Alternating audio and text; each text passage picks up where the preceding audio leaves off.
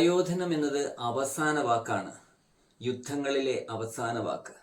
എന്തുകൊണ്ടെന്ന് വെച്ച് കഴിഞ്ഞാൽ നമുക്ക് കൃത്യമായി അറിയാം, ഓരോ ആയോധന കലാ പഠിതാവും നമ്മുടെ ഇൻട്രസ്റ്റിന് വേണ്ടിയോ ഒരു പാഷന് വേണ്ടിയോ അല്ലെങ്കിൽ വെറുതെ ഇതെന്താണെന്ന് അറിയാൻ വേണ്ടിയൊക്കെ ആയിരിക്കും പഠിക്കുന്നത്. പക്ഷേങ്കിൽ ഇതിൽ വളരെ സീരിയസ് ആയുള്ള കുറച്ച് മാറ്റേഴ്സ് ഉണ്ട്. ഇപ്പം നമ്മൾ പഠിപ്പിക്കുന്ന ഓരോ ആയോധന കല പഠിപ്പിക്കുന്ന ആൾക്കാരെ ശ്രദ്ധിച്ച് അവിടെ നമ്മൾ ചെല്ലുമ്പോൾ കുറച്ചേറെ പൂട്ടുകൾ, ടെക്നിക്കുകൾ, കുറച്ചേറെ ആയുധങ്ങൾ ഇതെല്ലാം പഠിപ്പിച്ച് വിടുകയാണ് ചെയ്യണത്. യഥാർത്ഥത്തിൽ അയാളുടെ ചിലപ്പോൾ വീട്ടിലെ കാര്യങ്ങൾ നോക്കാനൊക്കെ ആയിരിക്കും ഇത് പഠിപ്പിക്കുകയൊക്കെ ചെയ്യുന്നത്. അതിനുപരിയായിട്ട് പാഷൻ എടുത്ത് ചെയ്യുന്ന ആൾക്കാരും ഉണ്ട്, ഇല്ലെന്നല്ല.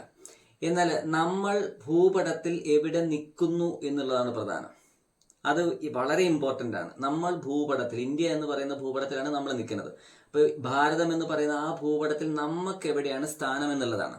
ഇപ്പോൾ ഒരു രാജ്യത്തിൻ്റെ അസറ്റ് എന്ന് പറയുന്നത് അവിടെയുള്ള ജനങ്ങളാണ്, അല്ലേ? അപ്പോൾ ജനങ്ങളിൽ തന്നെ പലതരത്തിലുള്ള ആൾക്കാരുണ്ടാവും. സമൂഹത്തിനെതിരെ, രാജ്യത്തിനെതിരെ ഒക്കെ പ്രവർത്തിക്കുന്നവരുണ്ടാവും. അപ്പോൾ അവരെ കൺട്രോൾ ചെയ്യാനായിട്ടാണ് ഫോഴ്സുകളെ ഉപയോഗിക്കുന്നത്. ഇപ്പോൾ ഉദാഹരണം പറഞ്ഞാൽ, ഇപ്പോൾ ഒരു പോലീസ് ഫോഴ്സ് എന്ന് പറയും. പോലീസ് ഫോഴ്സ് എന്ന് പറയുന്നത് നമുക്ക് വ്യക്തമായി അറിയാം, ഒരു ചെറിയ ഭാഗത്ത്. അതുകൊണ്ടാണ് നമ്മൾ ഈ സർക്കിൾ ഇൻസ്പെക്ടർ എന്ന് പറയുന്നത്. സർക്കിൾ ഇൻസ്പെക്ടർ, ആ ഒരു വട്ടത്തിനകത്തുള്ള ആൾക്കാരെ നിയന്ത്രിക്കാനാണ് അദ്ദേഹം. സബ് ഇൻസ്പെക്ടർ കൂടെ നിന്ന് ചെയ്യേണ്ട ആളാണ്. കോൺസ്റ്റബിൾ, അതിന് സപ്പോർട്ടീവായി ഡ്രൈവർ, അങ്ങനെ ഓരോ സെക്ഷനും അതിനകത്ത് വരുന്നുണ്ട്. ഇനി അതിനകത്ത് ചില തരത്തിലുള്ള ക്രൈമുകൾ ഉണ്ടാവാം. അപ്പം അതിനകത്ത് വളരെ വ്യക്തമായിട്ട് പറയുന്നത് ക്രൈം ബ്രാഞ്ച്, അതൊരു വലിയ മരത്തിന്റെ ഒരു ശാഖയാണ്, ബ്രാഞ്ചാണ്. അങ്ങനെ ഓരോ ഘട്ടങ്ങൾ. ഇനി പാരാമിലിറ്ററി, അപ്പോൾ അതറിയാം നമുക്ക്, പാരാമിലിറ്ററിയാണ്. അപ്പോൾ അത് ആകാശത്തു നിന്നുള്ള കാര്യങ്ങളെ എങ്ങനെ പ്രതിരോധിക്കണം, വെള്ളത്തിൽ നിന്നുള്ള കാര്യങ്ങൾ എങ്ങനെ പ്രതിരോധിക്കണം, കരയിലൂടെ വരുന്ന കാര്യങ്ങൾ എങ്ങനെ പ്രതിരോധിക്കണം. അപ്പോൾ ഇവരെല്ലാം കൂടെ ചേർന്ന് എണ്ണയിട്ട യന്ത്രം പോലെ പ്രവർത്തിക്കുമ്പോഴാണ് നമ്മളെ ഒരു രാജ്യത്തിൽ നിന്നിട്ട് വളരെ ശക്തമായിട്ട് നമ്മളെ സംരക്ഷിക്കുന്നത്. അപ്പോൾ ഒരു കോൺസ്റ്റബിൾ മുതൽ അങ്ങേറ്റ ഒരു മിലിറ്ററി ഓഫീസർ വരെയുള്ള എല്ലാ ആൾക്കാരും എന്താണ്, ഇതിനെ ഒരുപോലെ നിൽക്കുകയാണ്. പിന്നെ നമ്മുടെ പാരാ ഫോഴ്സസ് ഒരുപാടുണ്ട്. BSF ഉണ്ട്, അതുപോലെ തന്നെ കമാൻഡോസ് ഉണ്ട്, ബ്ലാക്ക് കാറ്റ് കമാൻഡോസ് ഉണ്ട്, അതുപോലെ തന്നെ മാർക്കോസ്, ഒരുപാട് കാര്യങ്ങളാണ്, ഗൂർഖ റെജിമെന്റ്സ്, ഒരുപാട് കാര്യങ്ങൾ കൂടിയിട്ടാണ് നമ്മുടെ രാജ്യത്തെ മൊത്തത്തിൽ സംരക്ഷിക്കുന്നത്. അങ്ങനെ വരുമ്പോൾ ഏറ്റവും താഴെ, അത് നമ്മുടെ ഒരു ഗ്രാമാന്തരീക്ഷം വന്ന് കൂട്ടിക്ക്, ആ ഗ്രാമാന്തരീക്ഷത്തിൽ അതിശക്തരായിട്ടുള്ള ആൾക്കാരെ സൃഷ്ടിക്കുക എന്നുള്ളതാണ് ശരിക്കും ആയോധന കല പഠിപ്പിക്കുന്ന ഒരാളുടെ ലക്ഷ്യം.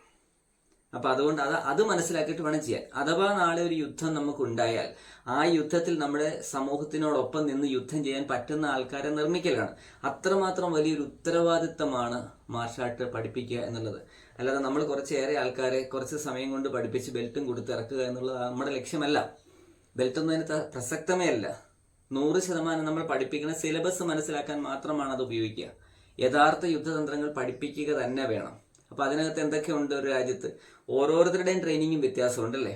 ഒരു പോലീസ് ഫോഴ്സിൽ ഉണ്ടാകുന്ന ട്രെയിനിങ് അല്ല ക്രൈം ബ്രാഞ്ചുമായി ബന്ധപ്പെട്ട്, അതുമായി ബന്ധപ്പെട്ടല്ല മിലിറ്ററിയുടെ. കാരണം ഓരോരുത്തരുടെയും ഇമ്പോർട്ടൻസ്, ഒരു ഭാഗം ഒരു ചെറിയ ഭാഗമാണ് നിയന്ത്രിക്കുന്നതെങ്കിലും മുകളിലേക്ക് ഭയങ്കരമായ കാര്യങ്ങളുണ്ട്.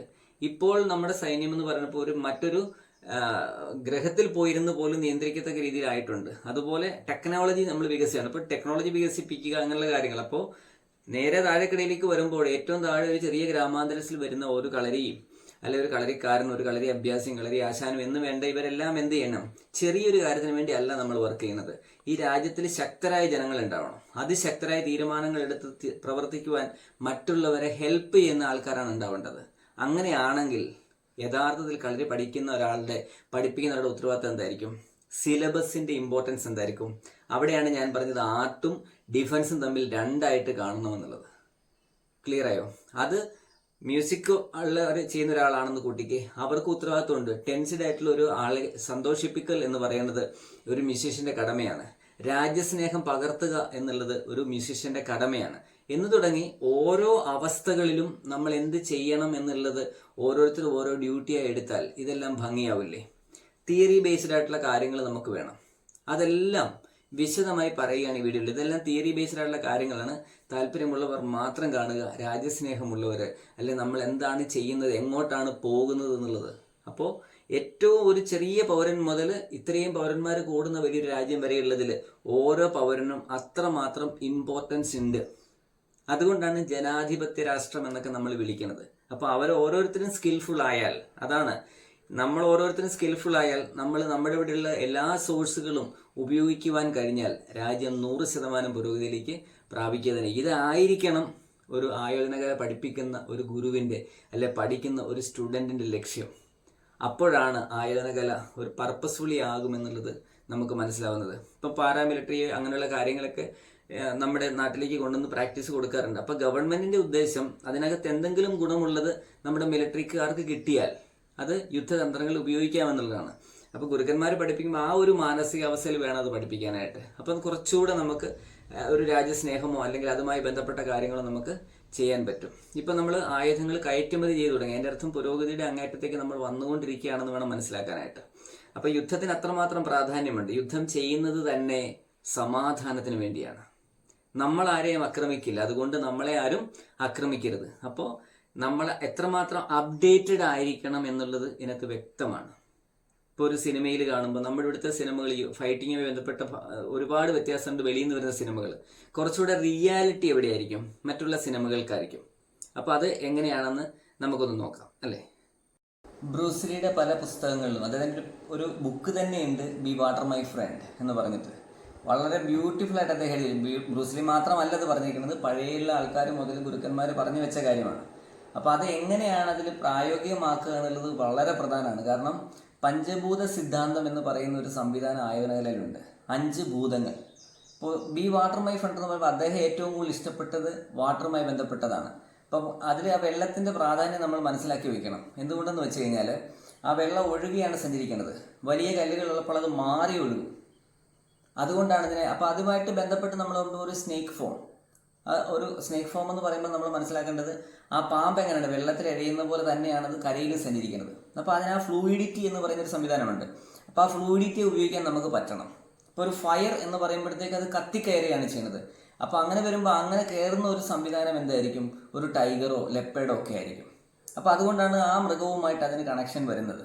അപ്പോൾ ഒരു എയർ എന്ന് പറയുമ്പോഴത്തേക്കെന്ന് പറഞ്ഞാൽ കാണാൻ പറ്റില്ലാത്ത, ആകാശ എന്നൊക്കെ പറയുന്ന പോലെ കാണാൻ പറ്റില്ലാത്ത സംവിധാനങ്ങളാണ്. അപ്പോൾ ഒരു അറ്റാക്കിനെ മുന്നിൽ വെച്ചുകൊണ്ട് തടയാൻ പറ്റാത്തത്, ഇപ്പോൾ തടവില്ല കൈകൾ എന്നൊക്കെ കളരി പറയില്ല, അങ്ങനെയുള്ള സംവിധാനങ്ങൾ വരുമ്പോഴാണ് നമുക്ക് കാണാൻ പറ്റാത്ത അറ്റാക്കുകൾ വരുന്നത്. അതിനെയാണ് നമ്മൾ ആകാശ എന്ന് വിളിക്കുന്നത്. വായു എന്ന് പറഞ്ഞാൽ ബ്രെത്ത് റിലേറ്റഡ് ആയിട്ടുള്ള, ഇപ്പോൾ നമ്മൾ ചെയ്യുന്ന കളരിപ്പേരിലൊക്കെ ചെയ്യുന്ന അമർന്ന് ചെയ്യുന്ന പല വർക്കുകളുണ്ട്. അതിൽ ബ്രെത്തിങ് വളരെ ഇമ്പോർട്ടൻ്റ് ആണ്. മെയ്പൈറ്റൊക്കെ ഇല്ലേ, അതൊരു ഫ്ലൂയിഡിറ്റിയാണ്. അപ്പോൾ അതിൽ ഇനിയാൻ തിയറീസും ഉണ്ട്. അതായത് നമ്മൾ വളരെ സ്ലോയിൽ ചെയ്യുന്ന മൂവ്മെൻറ്റ് ഫാസ്റ്റ് ആയി കഴിഞ്ഞാൽ അറ്റാക്ക് ആയി. അപ്പം സ്ലോ ചെയ്യുന്ന മൂവ്മെൻറ്റ് നമ്മൾ ഇൻ എന്നും ഫാസ്റ്റായി ചെയ്യുന്ന മൂവ്മെൻറ്റ് നമ്മൾ യാങ് എന്നും പറയുന്നുണ്ട്. അപ്പോൾ അത് ആ രീതി 2 രീതിയിലും പരിശീലിച്ചാൽ മാത്രമേ നമുക്ക് കുറച്ചുകൂടെ ഡീപ്പായുള്ള കാര്യങ്ങൾ കിട്ടുകയുള്ളൂ. എന്ന് പറഞ്ഞാൽ ഞാൻ തുറന്നു പറഞ്ഞാൽ ഒരുപാട് കാര്യങ്ങൾ നമുക്ക് വെളിയിൽ നിന്ന് മനസ്സിലാക്കാനുണ്ട്, നമ്മുടെ അകത്തും മനസ്സിലാക്കാനുണ്ട്. ഇത് രണ്ടിൻ്റെയും കൂടി ഒരു സംയോജനം വന്നിട്ട് കൂടുതൽ ഇഫക്റ്റീവായിട്ട് മാർഷൽ ആർട്ടിനെ സെൽഫ് ഡിഫെൻസ് ആക്കി മാറ്റാൻ കഴിയും. അത് ഇനിയുള്ള പുതിയ തലമുറ തീർച്ചയായിട്ടും ശ്രദ്ധിക്കണമെന്നുള്ളതാണ് എനിക്ക് പറയാനുള്ളത്. ഇപ്പോൾ നിൽക്കുമ്പോൾ നമുക്കൊരു ഭയമാണ്, നമ്മുടെ കയ്യിൽ ആകെ എത്ര സിലബസ് ആണുള്ളത് എന്നുള്ള പേടി കൊണ്ട് പലരും പഠിപ്പിക്കാതിരിക്കും. അത് അപകടമാണ്. കാരണം നമ്മൾ പഠിപ്പിക്കുകയും നമ്മൾ പഠിക്കുകയും ചെയ്യുന്നൊരു മാനസികാവസ്ഥ ഭയം ഉണ്ടാവില്ല. അപ്പോൾ ഇത്തരത്തിലുള്ള കാര്യങ്ങൾ ചിലപ്പോൾ നമ്മൾ ചില സിനിമകളൊക്കെ കാണുമ്പോൾ, ഇപ്പോൾ ബ്രൂസ്ലിയുടെ പടങ്ങളോ ജെറ്റ്ലിയുടെ പടങ്ങളോ ജാക്കി ചാൻ്റെ പടങ്ങളോ ഇപ്മാൻ്റെ പടങ്ങളോ ഒക്കെ കാണുമ്പോൾ നമ്മളെ സാധാരണ മലയാളി എന്താ ചെയ്യുന്നത്? ആ പടങ്ങളിൽ അടി ഒഴികെ ബാക്കിയുള്ളതെല്ലാം ഓടിച്ചു വിടും. പക്ഷേ യഥാർത്ഥ കാമ്പിരിക്കുന്നത് തിയറിയിലായിരിക്കും. അത് നമ്മൾ ശ്രദ്ധിക്കില്ല. ഇപ്പോൾ ഫോർബിഡൻ കിങ്ഡം എന്ന് പറഞ്ഞിട്ട് ജെറ്റ്ലിയും ജാക്കി ചാനും ചെയ്ത വലിയൊരു ഫിലോസഫിയായിട്ട് ബന്ധപ്പെട്ട സംഗതിയാണ്. അതിലൊന്ന് താവോയിസത്തെ കുറിച്ച് പറയുന്നുണ്ട്.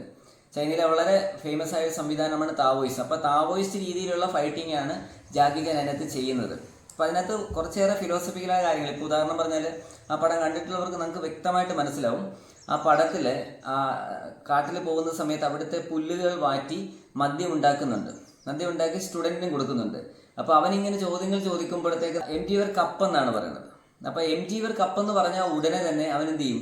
ഈ കപ്പിലുള്ള മദ്യം എടുത്ത് കളയും. അപ്പോൾ ജാക്കി ചാൻ ഇങ്ങനെ തലയിൽ അടിക്കുന്ന ഒരു ഭാഗമുണ്ട്. അപ്പോൾ അവിടെ ഒരു ഫിലോസഫി ഉപയോഗിച്ചിട്ടുണ്ട്. എംജിവർ കപ്പ് എന്ന് പറഞ്ഞു കഴിഞ്ഞാൽ തലയിലുള്ള സാധനങ്ങളെല്ലാം എടുത്ത് കളയുക, ഫ്രീ ആവുക, എന്നാലേ പുതിയ നമുക്ക് നിറയ്ക്കാൻ പറ്റും എന്നുള്ളത് പറയുന്നുണ്ട്. അതുപോലെ ജാക്കി ചാനും അതുപോലെ തന്നെ ജെറ്റ്ലിയും തന്നെ ഒരേ സമയത്ത് ശിഷ്യനെ പഠിപ്പിക്കാൻ ശ്രമിക്കുന്നുണ്ട്. അത് 2 ഗുരുക്കന്മാരുടെ കൂടെ ഒരേ സമയം പഠിക്കുമ്പോൾ ഉണ്ടാകുന്ന അപകടത്തെക്കുറിച്ചാണ് പറയുന്നത്. അത് വളരെ ബ്യൂട്ടിഫുൾ ആയിട്ട് അതിനകത്ത് ചെയ്തിട്ടുണ്ട്. അങ്ങനെ ഫിലോസഫിക്കലി പലതും, ഒരു മാൻഡിസ് ഫോമും ഒരു ഡ്രങ്കൺ മങ്കി ഫോമും തമ്മിൽ ഫൈറ്റ് ചെയ്യുമ്പോൾ ഉണ്ടാകുന്ന വ്യത്യാസങ്ങൾ, രണ്ടിൻ്റെ റൂട്ടുകൾ വ്യത്യാസമുണ്ട്. അപ്പോൾ ഫിലോസഫിയിൽ വ്യത്യാസമുണ്ട്. അപ്പോൾ ആ ഫിലോസഫിയൊക്കെ മാർഷൽ ആർട്ടിൽ വളരെ കൃത്യമായിട്ട് ഉപയോഗിക്കാൻ നമുക്ക് കഴിയുമ്പോഴാണ് അതിൻ്റെ ഒരു ഭംഗി വരുന്നത്. അതിൽ ഡിഫൻസിനാണ് ഇമ്പോർട്ടൻസ് ഏറ്റവും കൂടുതൽ. കല ഒരു സൈഡാണ്. കാരണം കലയായിട്ട് എന്തിനാണ് നമ്മൾ അഭ്യസിക്കുന്നത് ചോദിച്ചു കഴിഞ്ഞാൽ അതിൻ്റെ വ്യക്തമായ ഉത്തരം എന്നും നമുക്ക് യുദ്ധമില്ല.